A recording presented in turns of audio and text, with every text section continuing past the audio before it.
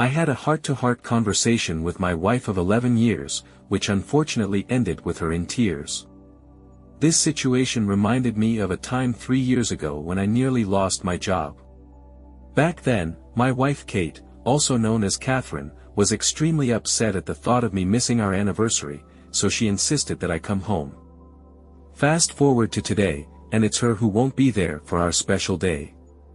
Despite this, the past 12 years have been the happiest of my life. When I first met Kate, she was a 24-year-old woman starting her career in sales. She visited our architectural firm to persuade us to advertise in high-end magazines, which we couldn't afford at the time. Among the crowd, I noticed a captivating woman with black hair. After discussing the matter with my partner, he helped me grab her attention long enough to ask her out. During our first meeting, she confessed that she knew we couldn't pay for her services, yet I found myself falling deeply in love with her. Our relationship developed over 6 months, and eventually, she moved in with me. For another 6 months, she transitioned from a nomadic lifestyle to a stable office job. 4 months later, we tied the knot and became husband and wife. Every day, I feel like the luckiest person alive for persuading her to marry me. With a sense of urgency, I dialed my boss's number once more. I've been with the company since the beginning, when Craig first started it. Our small team of designers achieved remarkable success by reducing production time in various fields. "Craig, I know you're there, please answer," I pleaded into the phone. Finally, I heard his voice on the other end. "Dan, I'm really busy right now," he replied shortly. Deciding to keep it brief, I said, "Well, I'm leaving right now and won't be back until Monday." In response, he asked, "Leaving? Where are you going?" I replied, "I'm going to celebrate my anniversary with my wife. I'll be back on Monday."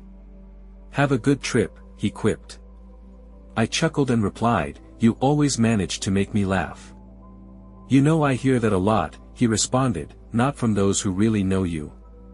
"I'm sorry, but ever since they brought this guy in to run Kate's department, there's been tension in our house.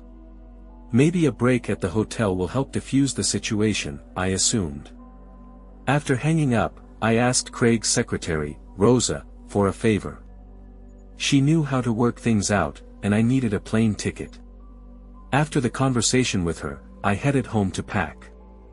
While packing my suitcase, the phone suddenly rang. "You have 45 minutes to get to the airport for security check. The ticket is waiting for you at the counter in your name," Rosa informed me. She had secured a return flight for me on Sunday afternoon at 1:30 p.m. Unfortunately, there were no available rooms at Kate's hotel, so she booked one 2 blocks away. "Have a safe trip. See you on Monday," Rosa said. Upon hearing that, I rushed to the bathroom to grab my shaving kit, packed it quickly, and did a quick check of the room. Even turning off the coffee maker, which was unusual for me, I hurried to the car. Over 15 years, I've discovered several shortcuts that help me reach my destination faster. Despite my high speed, I made it to the flight with plenty of time to spare. After registration, security, and boarding, we finally got on the plane. Once I was comfortably seated, I put on my headphones and played some music. I'm a nervous flyer, and music helps me relax and stay calm. 3 hours into the flight, I was suddenly awakened from a pleasant dream about Kate and me by a gentle tap on my shoulder. I had fallen asleep, which wasn't surprising given my recent lack of sleep at night. Some of it was due to work stress. Kate and I had been going through a rough patch in our relationship for the past few months. For more than 2 months, she had been keeping her distance, not letting me get close. It all started when she told me about a colleague from another department getting a promotion and taking over her own. She was determined to prove that this decision was wrong and worked hard to show her worth. For the first 2 weeks, she came home exhausted, constantly discussing strategies to outshine Mr. Paul Reynolds. But over time, her determination waned, and after a couple of weeks, she mentioned that they had started cooperating. I became increasingly anxious as their joint mission to win a big client approached. Thoughts of a possible romantic relationship between them crossed my mind, but Kate always reassured me. Taking my bag out of the overhead compartment, I pondered how to invite Kate to dinner quietly without giving away the surprise. After taking a taxi to my hotel, I struck up a casual conversation with the driver, who mentioned a charming, dimly lit restaurant located between our two hotels. It sounded intriguing and exactly what I had in mind.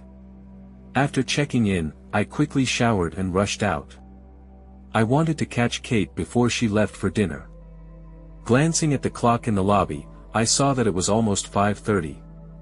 After observing the bustling street, I decided I could walk to my destination and followed the directions given by the receptionist.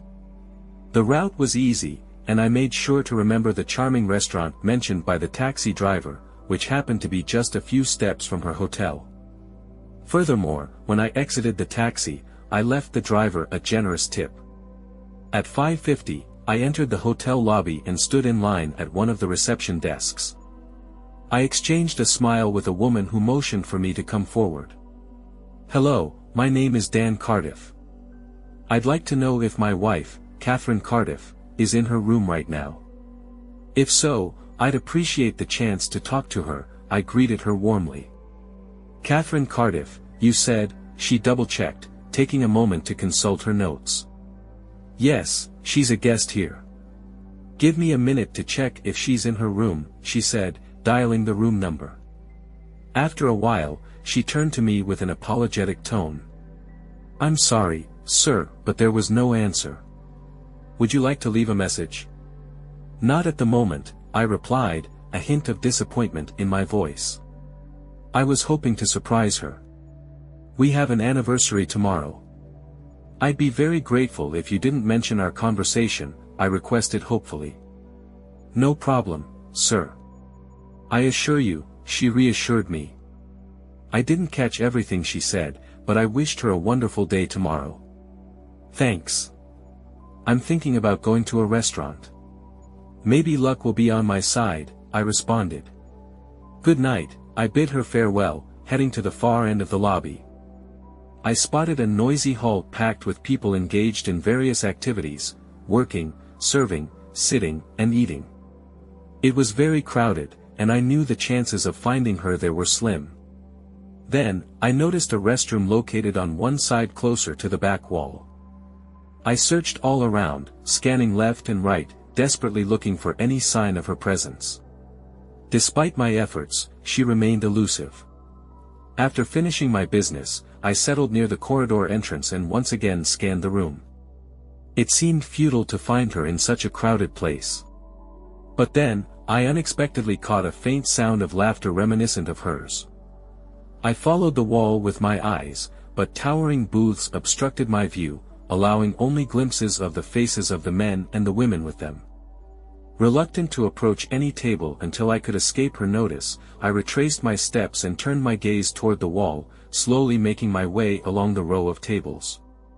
One by one, I reached the third one from the corridor where I was standing, and there, in that very booth, I saw her.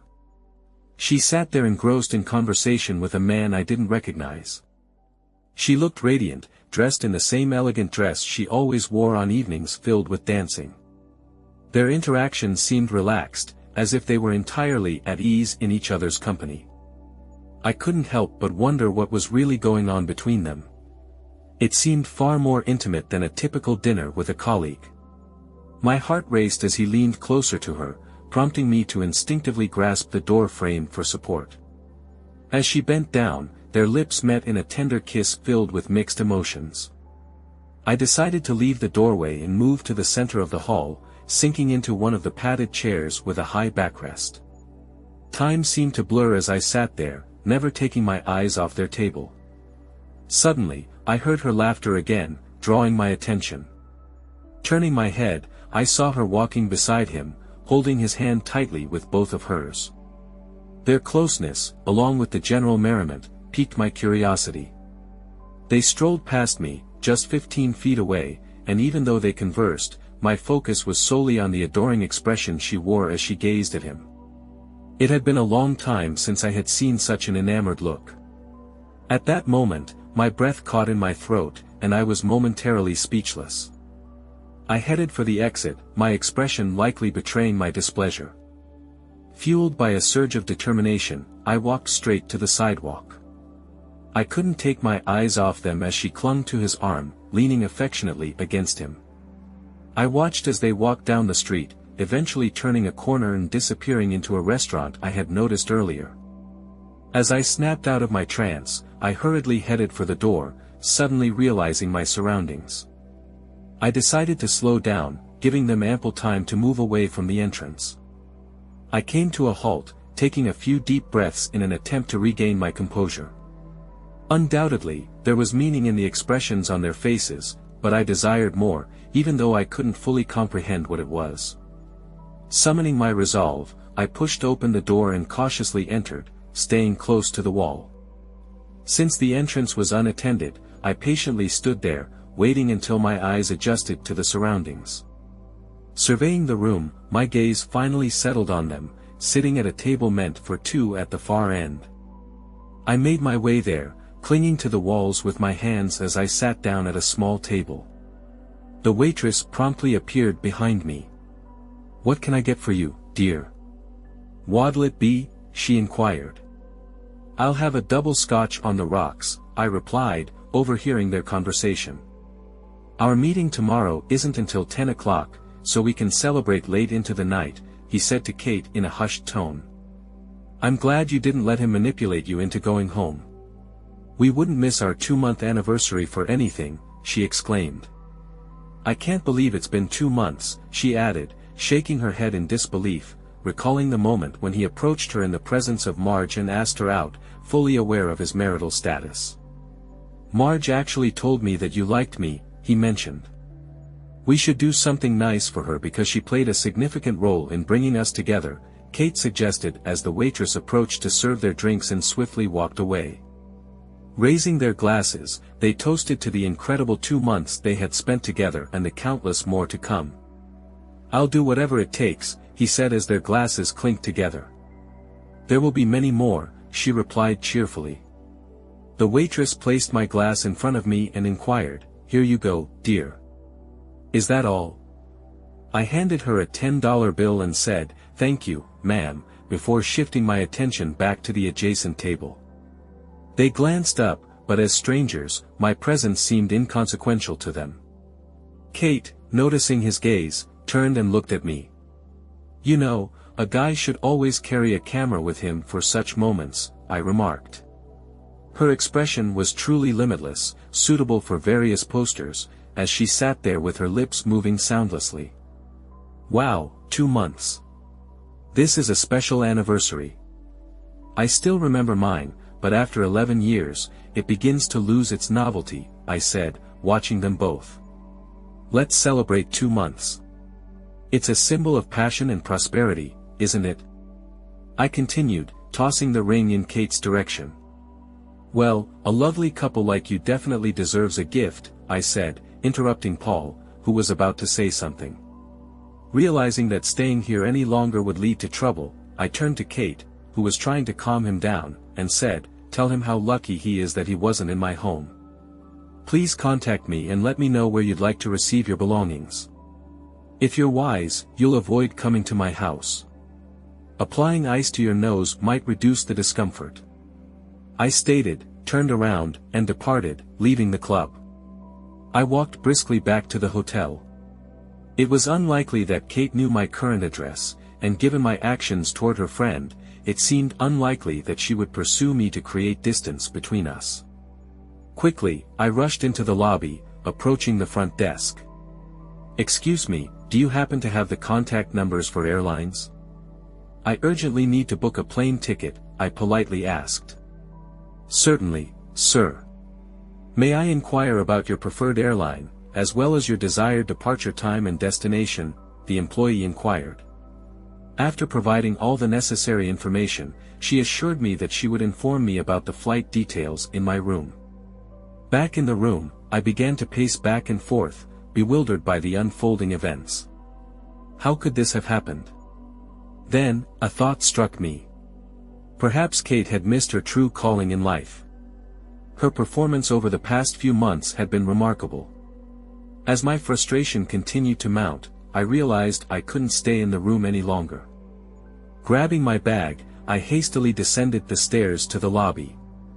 When I reached the lobby, the receptionist, who had just finished a phone call, motioned for me to approach. "Sir, if you leave now, you might make the last flight today.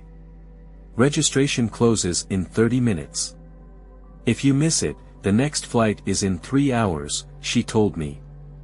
I replied with a thanks, hoping the taxi drivers in the area were reliable. I signed the cash receipt handed to me by a woman. "I'm sorry, I have to cut my visit short. Please stay with us next time," she said, smiling warmly as I headed for the exit. A rush of unforgettable memories washed over me as I rushed out of the lobby and quickly grabbed a taxi from the nearby parking lot. "I bet you $50 you can get me to the airport in under 30 minutes, I said as I took my seat. The taxi driver responded, "You got it, boss." Snapping me back to reality, he turned out to be experienced and got me to my destination in just 20 minutes. I paid the meter fare, added a generous $150 tip, expressed my gratitude, and hurried to the exit. Reflecting on it later, I realized there was no need to worry. I had a few minutes to spare after passing security. I eagerly awaited the announcement of the boarding. Unlike last time, when I needed music to occupy my mind, there were plenty of distractions around. As I sat there, a funny thought suddenly crossed my mind, and I had to suppress a laugh. I remembered that Kate's mother never really liked me. While Deborah seemed to have her husband under her thumb, she treated Greg poorly, almost like he didn't matter. But I couldn't tolerate her behavior, and she was aware of it. One day, she even accused me of eventually cheating on Kate, claiming she saw me glancing at other women when we were together.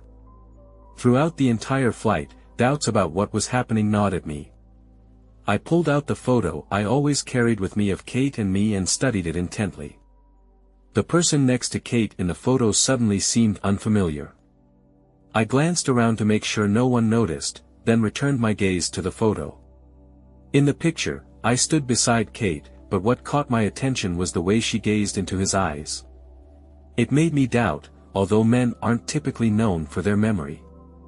I considered myself an exception. Like most women, Kate often tested my memory by asking, "Do you remember this?" or "Do you remember that?" Unfortunately for her, I remembered everything. I recalled every conversation, every plan, and all the close secrets we whispered in the dark. Sitting there now, I couldn't help but wonder if I hadn't noticed this unfolding for 2 months, what else had I missed? The man had shown interest in her from the first week they met, but she claimed she rejected his advances to maintain her appearance due to her marriage. The thought of them being together bothered me. I formulated a 2-part plan. I'd go home, pack all her things, and take them to her mother's house. Of course, the elderly woman would find a way to blame me, but the truth was what I saw. When we arrived at the airport, our family life was unraveling. I headed straight to my car and joined the exit queue. The drive home felt like a blur, and I couldn't remember much. Nevertheless, I reached my destination. The journey's duration remained a mystery, but honestly, it didn't matter. Stepping into the dimly lit house, I felt an eerie sense of unfamiliarity. The thought that I had to get used to this sight as the new norm consumed me. After dropping my bag, I headed for the kitchen. En route, I instinctively turned on the answering machine. A pleading voice on the other end said, "Dan, please don't do anything rash. I'm heading home to talk. Please wait until I get there." She sounded pained, conveying her emotions. I believed the cheater deserved punishment, but I didn't want to hear it, especially not in that voice. So, I reacted impulsively and banged my fist. My actions may have been rash, but I needed to protect myself from foolish decisions. It was clear I wouldn't be able to sleep that night. I went to the garage and gathered all the suitcases she had collected over the years. Choosing a large black suitcase and a bag for her clothes, I set them aside and took the rest to the bedroom. As I sifted through her closet, I carefully picked a few items and quickly stuffed them into one of the large bags. I repeated the process several times before turning my attention to the dresser. It had been ages since I'd seen underwear tucked in there. For a fleeting moment, the idea of grabbing some hot dogs crossed my mind. I was supposed to go to her mother's house, but I didn't want to. So, I opted for a solitary gathering with lox and marshmallows. I didn't want to deal with her parents or anyone else. So, instead of waiting for her, I impulsively went to the hardware store to buy new locks. Upon returning home, I realized I couldn't leave the pile of stuff in the front room. Following my thoughts, I loaded everything into the car and headed to her mom's house. I drove carefully and unloaded everything near the garage, not wanting to burden Greg with extra work, especially since his wife and daughter wouldn't help him. As the third box fell to the ground, my mother-in-law appeared. "Hi, Dan. What's all this? What's going on?" she asked. I explained, well, when Kate arrives, she might need her clothes. Initially, I thought she'd bring them herself, but I couldn't wait any longer. They were cluttering the front room. Confused and with a pale face, she inquired, "What do you mean when Kate arrives? I thought she wasn't in town yet. Why would her things be here?" "Deborah, I'm not entirely sure how she plans to sort things out, but I assumed she might stay with you temporarily. She may be considering moving in with the person she's been spending time with, but I can't say for sure," I explained, seeing her face grow paler. "What are you implying? How can you accuse my daughter of such things? She had to stay there for work. She'd never cheat on you," she said, her voice trembling, nearing hysteria. "I even saw them together last time. They looked happy, joyfully celebrating their 2-month anniversary at a lively nightclub near their hotel. I repeatedly asked her to join me at home for our anniversary, and she regretfully said she couldn't," I said, determined. "However, when I arrived, I found them having an intimate dinner. The atmosphere was romantic, and I didn't want to intrude on their special moment. Besides, witnessing their tender kisses across the table, I needed some time to gather my thoughts. When they passed me in the hotel lobby, I contemplated saying something, but she gazed at him and whispered in his ear. At that moment, I couldn't bring myself to disrupt them either. I just needed some fresh air. So, I stepped outside. To my surprise, they left and headed to the nearest nightclub. I sat at a table nearby and overheard her saying she didn't want to leave him on their 2-month anniversary.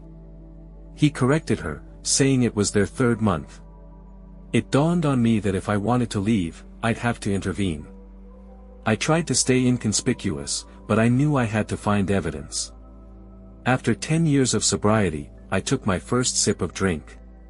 It had been 10 years since Kate expressed concern about my drinking, which she believed could jeopardize our marriage. In response, I gave her my wedding ring, thinking it was a sensible gesture to give each of them something of their own. But honestly, I preferred his gift over mine. Now, as I awaited her return and the inevitable dramatic confrontation, I was sure she'd seek shelter at my doorstep for a while, I stated, shocking her. "You're lying. How can you say such things about your wife, whom you've been with for 11 years? She's told me everything. She's deeply troubled by it," she said, looking me in the eye. "I'll never refer to this woman as my wife again. You might feel obligated to support her because she's your daughter, but I have no such obligations. I witnessed everything firsthand, and for the past 2 months, I've been living alone while she's been living with him. Since he joined this company, it's astonishing to see how she's changed, given the upbringing you provided. She looked me in the eye for 3 months straight, lying to me every day without a hint of remorse. If you think I'll allow her back into my home, then you're even more foolish than she is. However, it's your choice what to believe, and that's your issue. Personally, I've chosen to cut my losses. It's clear that she has strong feelings for this guy, and he's free to have her.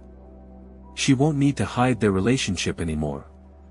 As soon as she's done with her charades, I'll direct her to this place.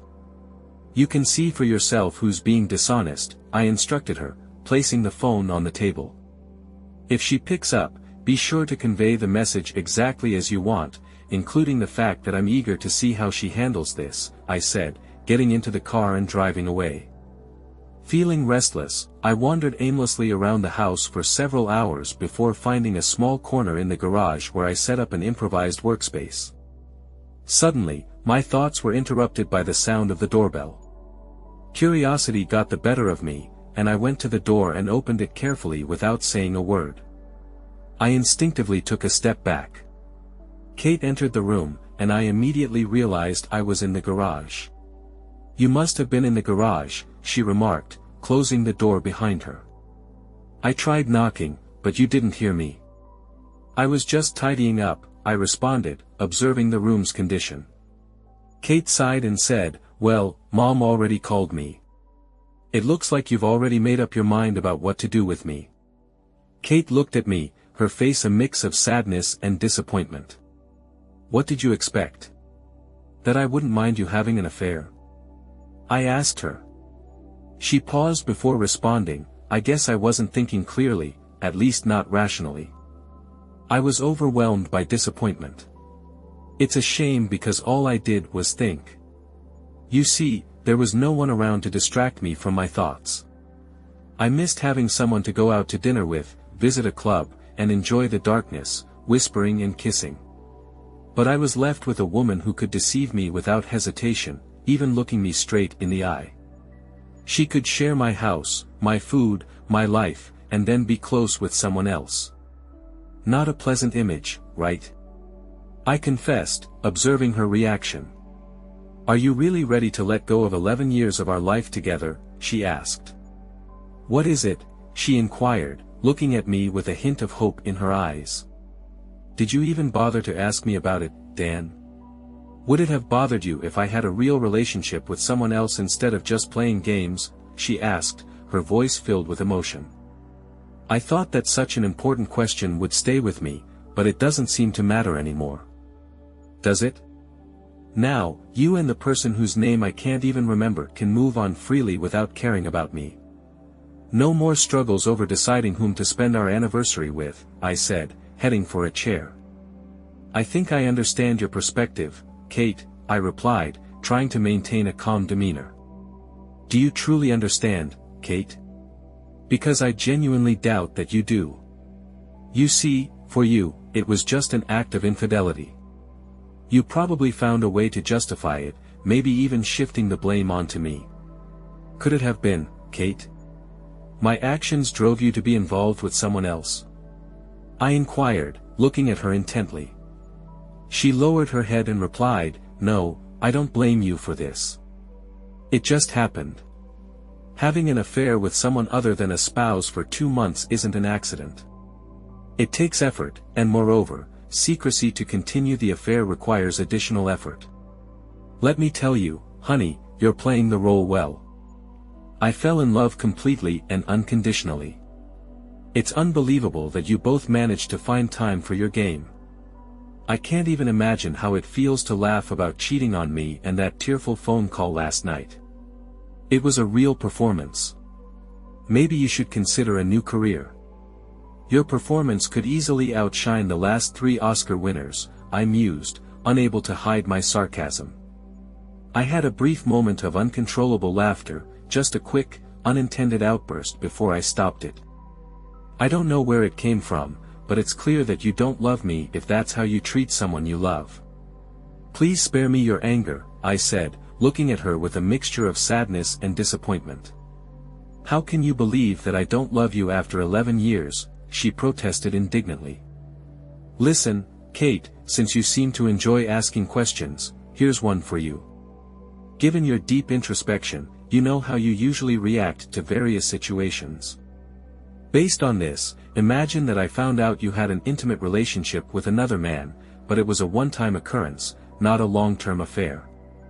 How do you think I would react?" I asked, looking at her intently.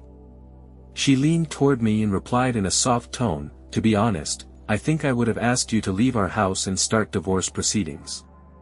I thanked her for her honesty and admitted that I had expected such a reaction, even imagining that she might throw something at me. But who knows? I mused aloud. She responded with a faint smile. Perhaps. And now, imagine that for nearly 3 months, every day we spent together meant nothing to me. It was all just an act, a facade to deceive you into thinking our relationship was thriving. In reality, I was going through the motions while my heart belonged to someone else. Spending entire days with my mistress after leaving you, can you honestly believe that I love you after nearly 13 years? Show me some confidence, Kate, I said, looking at her seriously. It's as if you're implying that you don't care about this situation. The time we spent together was very valuable to me. It wasn't just casual conversation. I genuinely enjoyed being with you, she said, looking at me with a mixture of sadness and disappointment. Do you recall the last time we were close, Kate? When was the last time you initiated one of our affectionate kisses? When did you last act like my wife, Kate? After what I've witnessed and heard, I find it hard to believe you're standing here, telling me you love me. I'm not naive. I overheard you discussing him with that gossip, Marge, as soon as he arrived at the office. And then, to top it off, you both came up with the idea of giving her a gift for bringing you two together. It seems like you've already found your next bridesmaid. All that's left is to find his best man, and the wedding banquet will be ready, I commented, reclining in my chair. So, it turns out you're just like me after all.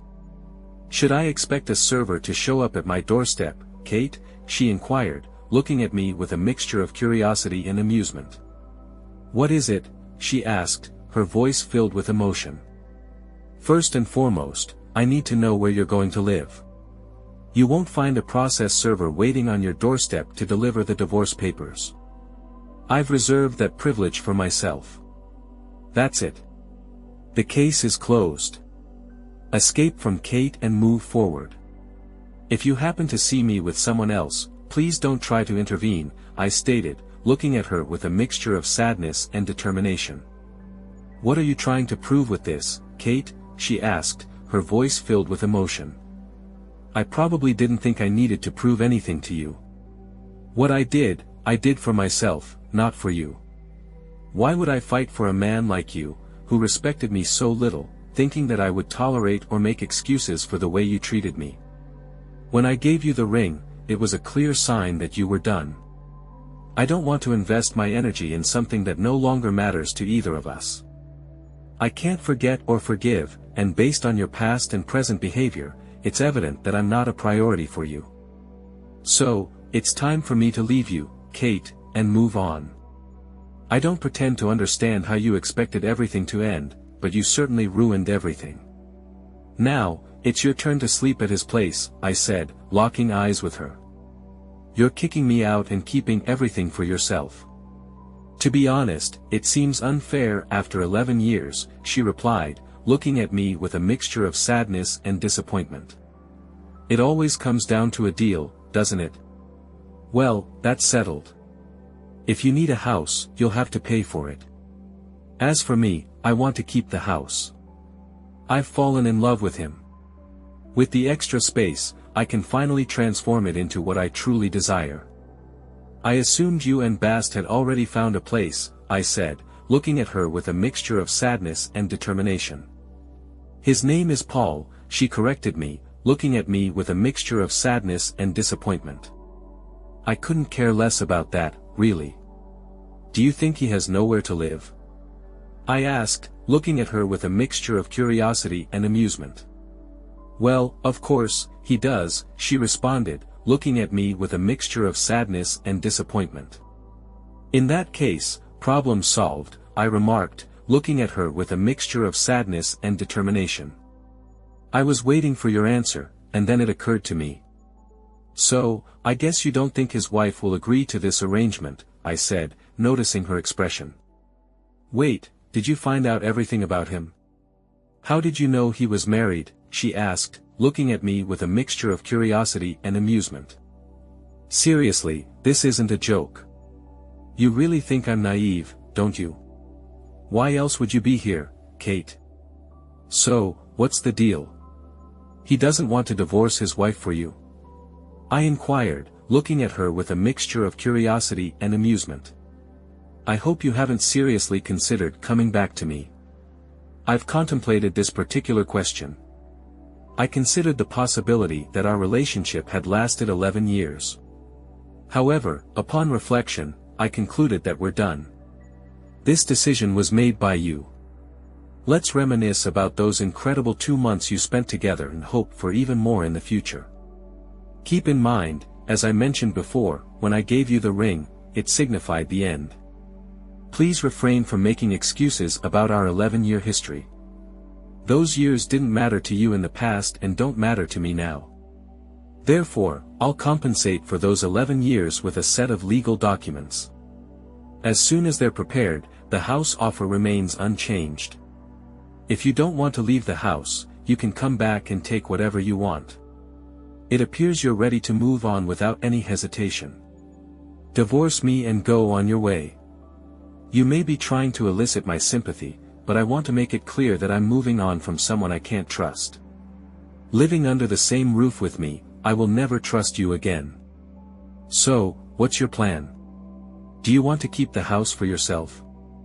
I asked, looking at her with a mixture of sadness and determination. No, I have no desire to keep this house. Give me a few days to find a new place, and I'll likely take a significant portion of the furniture, she replied, taking her hand out of her pocket. What should I do with this? She asked, handing me the ring. Do whatever you want with it. Oh, I have an idea. Why not use it as a toe ring? It would fit perfectly on your big toe. Given how you treated him, I might actually find some use for it, I suggested, looking at her with a mixture of sadness and amusement. Okay, you know what? I could use some extra money. Maybe I'll pawn it, she warned, looking at me with a mixture of sadness and disappointment. Well, you won't get much for it. They buy these things by weight, and most likely, you won't even get $130. You can't buy a genuine gold ring for your finger for $130. But that's just my opinion. It's your ring, so do as you please with it, I stated, turning towards the door. Did you get all my stuff out of the closet? She asked, looking at me with a mixture of sadness and disappointment. Yes, I got everything, though I was a bit annoyed with the furniture at the time. I'll call you in a few days. I have to admit, I didn't pack your things very neatly. I hope you still have clean, unwrinkled clothes after the trip, I commented, looking at her with a mixture of sadness and determination. May I take a look? She inquired, looking at me with a mixture of sadness and disappointment. Of course, don't be shy. You know where everything is, I said, noticing a slight frown on her face. I waited patiently as she inspected the room. I could hear her rummaging in the bedroom, then in the closet, and finally in the bathroom. A few minutes later, she returned downstairs, hastily packing cosmetics into a floral zip-up bag. You were thorough. You only missed a few things. I may have to call you when it's time to move, she said, forcing a smile. Of course, I'd be happy to help, as long as it's not too close to me, I replied, smiling affably, getting up to open the door for her.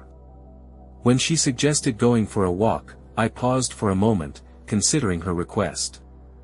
Then, an idea struck me. Wouldn't it be too much to ask you to run around instead? I inquired, maintaining a serious expression. Kiss me on the spot, she replied, turning to leave. I wouldn't dare kiss someone who knows where she's been, I retorted, closing the door behind her. That marked the end of our communication. 3 months later, my lawyer diligently filed all the necessary divorce documents, instructing me to pick them up from his office on Monday. My itinerary for the day included 2 stops, first, at the lawyer's office, and then at my mother-in-law's house. The sole objective was to obtain Kate's signature on the documents, ensuring she had no false hopes of reconciliation. After parking my car at her house, I paused for a moment, gazing at the familiar facade, contemplating the completion of this final task. It might take some time, but eventually, I would find solace and quiet nights again, as this chapter would finally be closed. Exiting the car, I made my way to the front door and rang the doorbell. To my surprise, my mother-in-law answered. "Well, Dan, what brings you here?" "What's going on?" she asked. "I thought you had forgotten about us already," I replied, looking at her with a mixture of sadness and disappointment. "Is Kate here?" I inquired, looking at her with a mixture of curiosity and amusement. "Yes, she's here." "Come on in," she replied, closing the door behind her. A few moments later, Kate entered the room. "Kate, I'm here for you to sign these papers. I'll file them tomorrow, and then our divorce will be finalized." "I just want it to be over," I explained, looking at her with a mixture of sadness and determination. Kate sighed and said, "I don't think I've ever been good enough for you, have I? Do you seriously think I'll just stand by and watch your actions over the past few months, Kate?" I asked, looking at her with a mixture of curiosity and amusement. Kate briefly left the room but soon returned with a pen in her hand. As she hastily signed her name on the appropriate pages, I watched her movements carefully. When she finished, she forcefully placed the pen on the table and swiftly gathered everything into a manila envelope, ready for archiving. "Free now," she said, looking at me with a mixture of sadness and determination. "Thank you for signing these. Take care of yourself and find happiness," I replied, shifting my focus from me to herself. "Mom, you can come into the room." "Congratulations to you as well," I said before walking out the door. As I drove away, a wave of mixed emotions washed over me. I understood that this marked the end of our relationship, and I couldn't shake the feeling that life was about to take a new turn. Just a month later, our divorce was finalized, signaling the start of a completely different life. In due course, I received unexpected news from Kate's father. He informed me that after our divorce, Kate had asked Paul to leave his wife and marry her. However, Paul made it clear to Kate that he couldn't do that. He admitted that their relationship had no romantic feelings for her. It seemed that after such a revelation, Kate had to come to terms with the fact that she would have to continue her life without me and without Paul. Learning the lessons from our past relationship, Kate now resides with her parents in search of a new job. After being disgracefully dismissed from her previous one, just like Paul, thanks to me, according to her father, Kate is unhappy. She's had several encounters, but they involved either married men seeking only intimacy or men with questionable reputations engaging in indiscriminate close relationships. This led Kate to contract a psychiatric illness, and she's now in therapy.